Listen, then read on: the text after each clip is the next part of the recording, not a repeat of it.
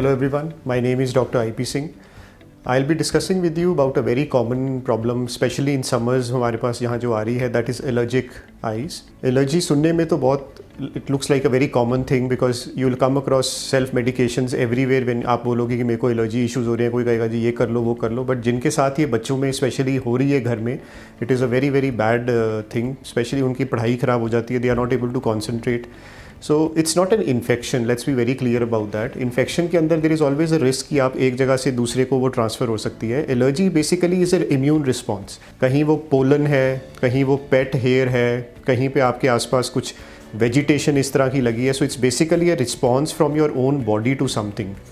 Now it can be repetitive. So आप हमेशा कई बार पेरेंट्स हमारे को बोलते हैं कि सर हम लास्ट ईयर भी आए थे दवाई करने, इस साल फिर दोबारा हो गया. So it's basically a repetitive phenomena till the time your body gets set for it. तो फिर आफ्टर एन एज ये होना बंद हो जाता है.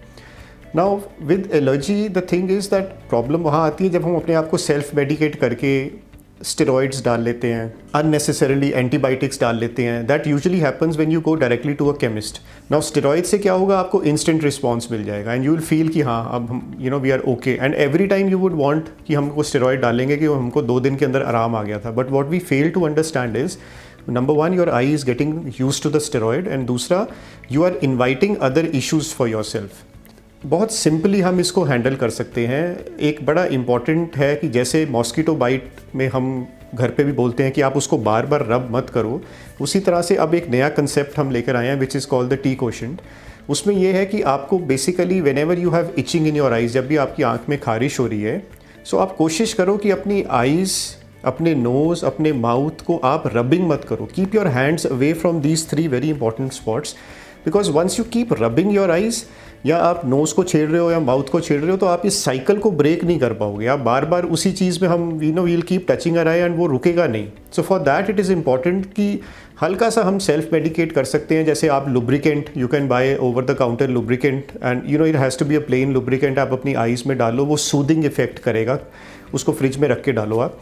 Secondly is cold compression. Now there are ways to do cold compression. One is कि आप एक क्रश्ड आइस को एक कपड़े में रख के जस्ट 10 to 5 सेकेंड्स आप अपनी आइस पे रख लो, या कुकम्बर स्लाइसेस.